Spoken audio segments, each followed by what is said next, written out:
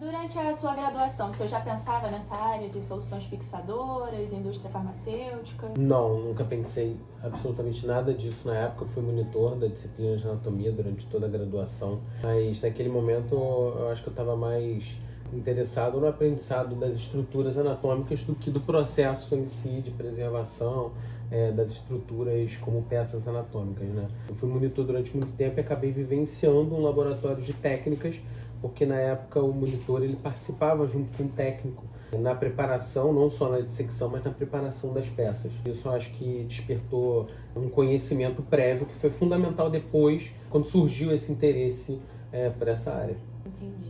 Com o avanço da tecnologia e modelos 3D, a fixação de cadáveres ainda terá um lugar garantido nos próximos dias, de acordo com o seu ponto de vista?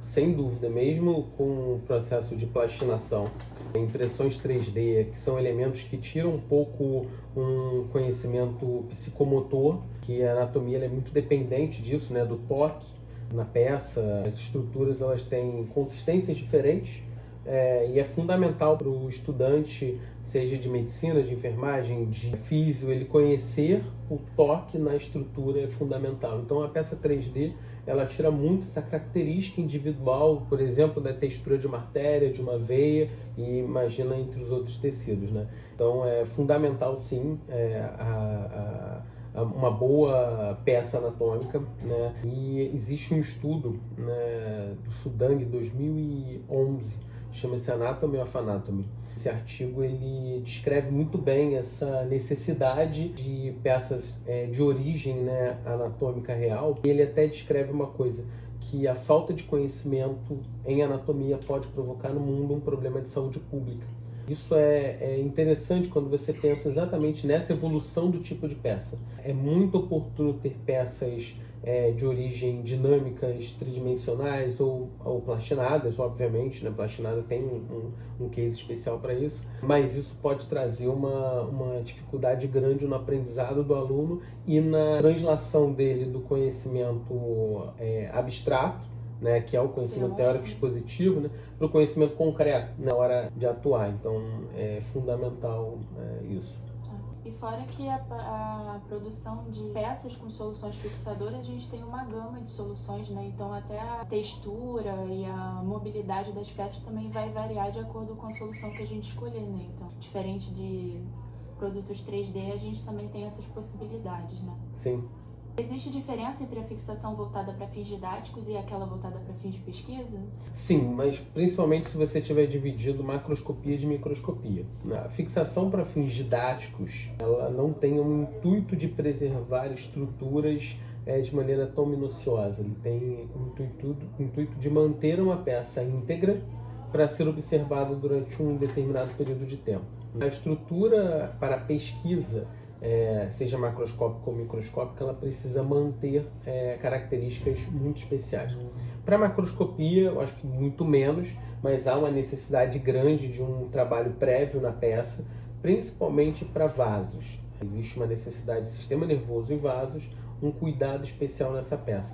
Agora, para pesquisa, é fundamental um trabalho a nível pressórico. Durante o processo de injeção na peça, é fundamental que se mantenha o nível pressórico que a gente utiliza fisiologicamente, seja um rato ou um ser humano. Você pode estar trabalhando com um camundongo, um rato, um ser de pequeno porte. Você geralmente utiliza a pressão fisiológica daquele ser através de uma bomba peristáltica, é fácil de fazer, ou de adquirir, mas é fácil de fazer. E você utiliza essa pressão com uma injeção prévia de solução, né, para fazer uma limpeza, a gente chama isso de washout. Você faz uma limpeza na peça e depois começa a infusão da solução, seja ela um fixador, um aldeído, um formol, né, ou algum outro tipo de solução.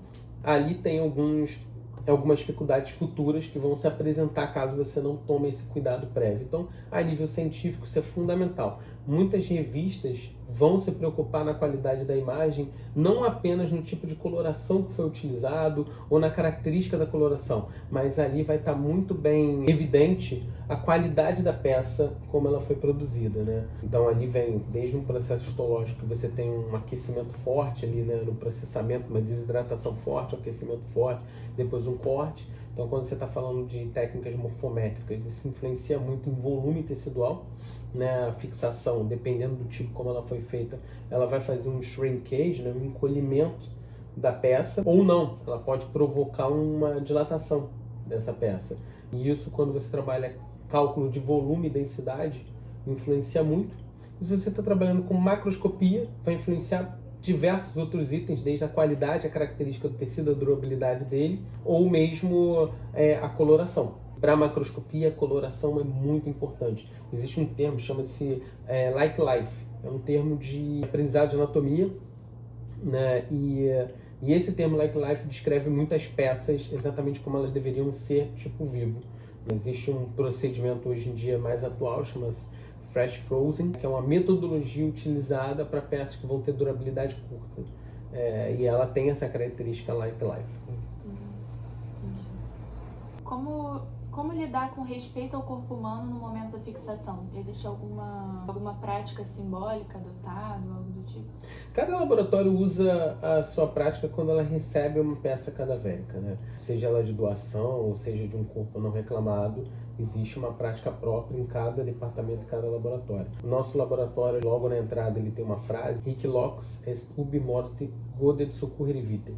Neste local onde os mortos guardam o segredo da vida. É uma simbólica homenagem ao recebimento de todas as peças. Existem vários laboratórios que têm oração ao cadáver e várias outras práticas que são inerentes a algum processo cultural trazido por algum professor ou mesmo uma necessidade ecumênica que se faz necessária ali por alguma razão, tá? Mas isso não é uma necessidade, mas é um suporte que se dá para o tipo de trabalho que se faz a uma peça dessa forma. O formol ainda é o mais ideal a ser utilizado nos laboratórios ou hoje em dia há alternativas viáveis e menos tóxicas? O formol ele é o elemento mais utilizado no mundo. Tem um artigo, né, já tem 11 anos, mas acredito que ainda seja bastante atual, Mollens e colaborador de 2014. Esse artigo traz que o mundo utiliza, em torno de 81% dos laboratórios utiliza-se formaldeído. O formol ele foi descoberto por Frederick Bloom, e isso em torno de 1890, e por um acaso, né, ele observou que ao tocar nas peças que ele estava fazendo, estava utilizando formol ali para asepsia, a ponta, né, dos dedos dele estava ficando ressecada, e ele passou a observar que aquilo ali estava causando um encolhimento no próprio tecido dele. Ele passou a utilizar aquilo em algumas peças para observar o processo de asepsia que era feito, e aquelas peças estavam ficando com integridade tecidual. Ele mandou para um histologista muito famoso, amigo dele, na época, e eles observaram e verificaram que o formol teria características, então, para fixar um tecido, né? Ele é um excelente fixador, tirando todos os seus efeitos negativos, né? Então, ele é barato, isso é fundamental por um custo de manutenção a longo prazo, e ele mantém as peças íntegras macroscópicas, né? Mas se a gente observar o tempo, como ele é fotossensível, ele tem sensibilidade à luz, ele acaba se degradando pra caramba, né? Ele acaba destruindo um pouquinho a peça, ele acidifica o meio, né? Ele escurece a peça, ele encolhe a peça. E ali a gente pode observar ao longo do tempo de uma cuba em que se faz erroneamente imersão com formaldeído, o líquido escurecendo, o líquido acidificando, a peça consequentemente escurecendo, encolhendo, e por consequências e outros movimentos que vão acontecer na peça, a gente às vezes encontra um sobrenadante de fungos nessa peça que também vão detonando um pouquinho a peça. Tem um problema microscópico que o formol ele cobre um dos epítopos proteicos, uma estrutura um pouco mais delicada e difícil para a gente fazer de repente um corte imunohistoquímico, e ele degrada também, a gente não consegue recuperar material de cromatina para fazer estudos de DNA e RNA nesse tipo de tecido, né? Ou a recuperação ela é insuficiente quando comparada com outras soluções fixadoras. Então, e além disso, ele é altamente tóxico para a pele, para o sistema respiratório, e tem diversas outras consequências, né? A sua alta volatilidade traz alguns prejuízos para o manuseio. O manuseio correto, que não deveria ser por imersão, deveria ser por injeção, e a manutenção recorrente, né, do processo de contato com o aldeído, infelizmente não é feito em todos os laboratórios que eu conheço, e isso gera um pouco mais de dificuldade para o manuseio da própria peça, acaba levantando bastante odor, bastante dificuldade, a necessidade de troca constante dessa solução, principalmente por conta desse contato com oxigênio atmosférico e luz, né, que acabam degradando bastante ali a substância. E a gente vê muito erro na preparação da solução, porque o formol está a 3,7%, né, pH. Mais errado ainda é quando a gente fala que ele está a 10%, porque eu botei a 10 vezes o volume dele. E aí chama-se formol a 10%. Isso é um equívoco gigantesco. Ele está a 3,7% a 10 vezes o volume, que seria 37%. E é isso. E aí produz muita solução errada. E essa solução errada, obviamente, né, tem, pelo alto potencial volátil dele, é altamente irritante. Essa solução é muito mais encolhedora do que o normal e ela é muito mais suscetível, né, à destruição por oxigênio e luminosidade do que o normal, destruindo cada vez mais a peça. Acaba perdendo a meia-vida ali da peça. É isso, a característica da peça vai se degradando muito rápido. Entendi. E ela então seria usar por injeção formol para conservar a peça. Deveria ficar imersa em que tipo de solução? Tem vários tipos de solução, né? Mas perfeito, a gente tem que fazer uma injeção da peça. Geralmente, antes do formaldeído, se faz uma injeção com um soro fisiológico heparinizado. Você pode passar um EDTA também, o que for, né? Mas é uma solução de soro fisiológico. E essa solução tem que respeitar a pressão do organismo. Então você geralmente abre-se uma janela venosa e injeta numa janela arterial. Pode-se utilizar uma bomba de injeção, não vou fazer uma propaganda aqui não, mas tem uma bomba de injeção boa na Thanatos, e ali você coloca a quantidade necessária, cálculo por peso.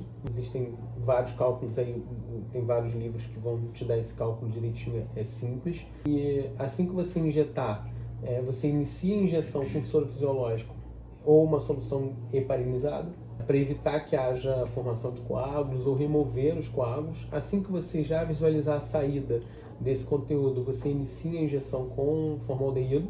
Aí no caso é 37% ou é 10%? A 37% a 10 vezes, que é o formol a 10 volumes, né? Uhum. Existe um sinal chamado sinal do super-homem, né? O braço dele vai se erguer, né? Ou não, mas isso acontece muito com o ser humano e com o rato ou o camundongo, pela minha experiência. Isso acontece aí muito pelo preenchimento e perfusão, né, da peça. E após esse enchimento, essa perfusão com toda a solução, né, você pode manter a peça em reserva, né, até que ele possa ir para uma solução de imersão. A solução de imersão tem como objetivo preservar essa peça da destruição que ela normalmente vai sofrer. O formaldeído está gerando no interior do organismo pontes cruzadas de metileno, né? São pontes cruzadas entre CH3 e CH3, né? E essas pontes cruzadas, elas acabam enrijecendo um pouco o tecido. Você libera um pouco de água, né? Porque o formol um carbono ligado a dupla O e 2 hidrogênios, né? Ele acaba gerando 2 hidroxilas, gerando metileno glicol, e essa substância, ela tem, com as 2 hidroxilas, ela tem a capacidade de gerar as pontes cruzadas de metileno, né? Na ausência dela, você está liberando água e voltando a ser formaldeído. Então esse movimento de hidrólise que vai acontecer acaba detonando um pouco o tecido também e diminuindo o volume do tecido. E essas pontes cruzadas do formaldeído são reversíveis ou irreversíveis? Do formaldeído são reversíveis. Existem várias formas de você reverter. Uma delas simples é o álcool, né, em volumes crescentes. Você pode reverter essas pontes de maneira simples. De 50% a 70% você já vai removendo grande parte delas. Outros aldeídos, né, são irreversíveis. Um exemplo clássico que a gente tem é o glutaraldeído. O glutaraldeído ele gera ponte cruzada irreversível porque ela é polimerizável, né, ela é em cadeia. Ela é irreversível. Entendi.